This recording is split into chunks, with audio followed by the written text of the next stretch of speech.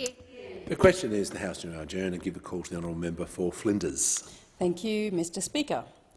The people of Flinders contact me on many issues, but the most prominent and persistent issue since the election in May has been the state of our local roads. For years, the intersection of Jetty Road and the Mornington Peninsula Freeway in Rosebud has been a treacherous headache to navigate for both locals and visitors alike. The former coalition government committed $75 million as far back as 2019 to build an overpass at this intersection, address the pedestrian safety concerns and address the lack of noise mitigation for properties which abut the freeway. But there has been no progress.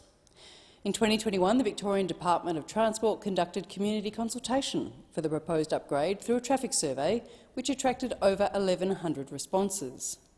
That feedback showed very strong support for the upgrade, as well as the need to improve safety measures and decrease congestion along the Mornington Peninsula Freeway between Jetty Road and Bonio Road in Rosebud.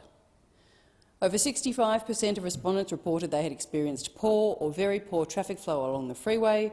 Over 90% of respondents supported the upgrade. 70% of respondents felt that safety conditions on the freeway were poor or very poor, and approximately half of all respondents highlighted the lack of sufficient walking and cycling infrastructure, including paths and safe crossing opportunities. In the lead-up to Saturday's state election in Victoria, Liberal candidate for Nepean Sam Groth committed a total of $175 million to complete the overpass, but from Labor we heard crickets.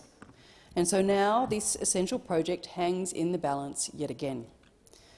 Another set of troublesome roads and long-fought-for upgrades are the intersections of Forrest Drive and Uralla Road with the Nepean Highway.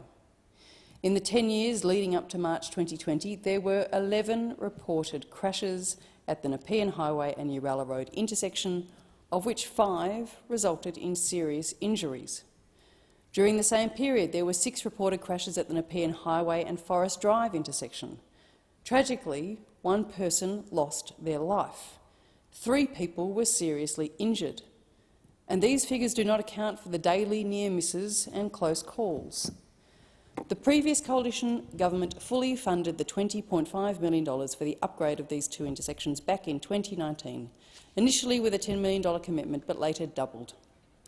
The Forrest Drive upgrade is currently expected to commence construction in early 2023. However, the Uralla Road intersection has no start date in sight. In recent parliamentary sittings, I was grateful for the opportunity to meet with the Minister for Infrastructure to discuss the road and rail projects in Flinders from previous budgets, which have been in part funded in the case of Jetty Road and fully funded in the case of addressing the dangerous intersections of Forrest Drive and Uralla Road where they meet the Nepean Highway. I also raised the Frankston to Baxter rail project, for which $225 million was provided in the 2018-19 budget as a result of the advocacy of former member for Flinders, Greg Hunt, and indeed former member for Dunkley, Chris Cruther, who hopefully will be declared the member for Mornington later this week.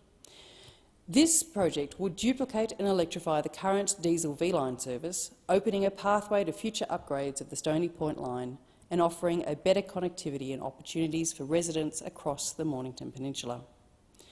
This project also has the backing of my neighbouring Member of Parliament, the member for Dunkley, Peter Murphy, and indeed the Prime Minister himself, who passionately endorsed the project back when he was Shadow Infrastructure Minister. Indeed, you can still find his Pride press release on his website. Extending the train line requires both federal and state government funding, and the Andrews Labor government is yet to commit to the project.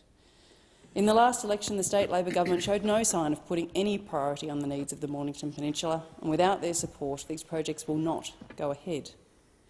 The benefits of all 3 projects are significant. They will improve motorist and pedestrian safety, traffic congestion, connectivity, and allow my constituents to get home sooner and safer.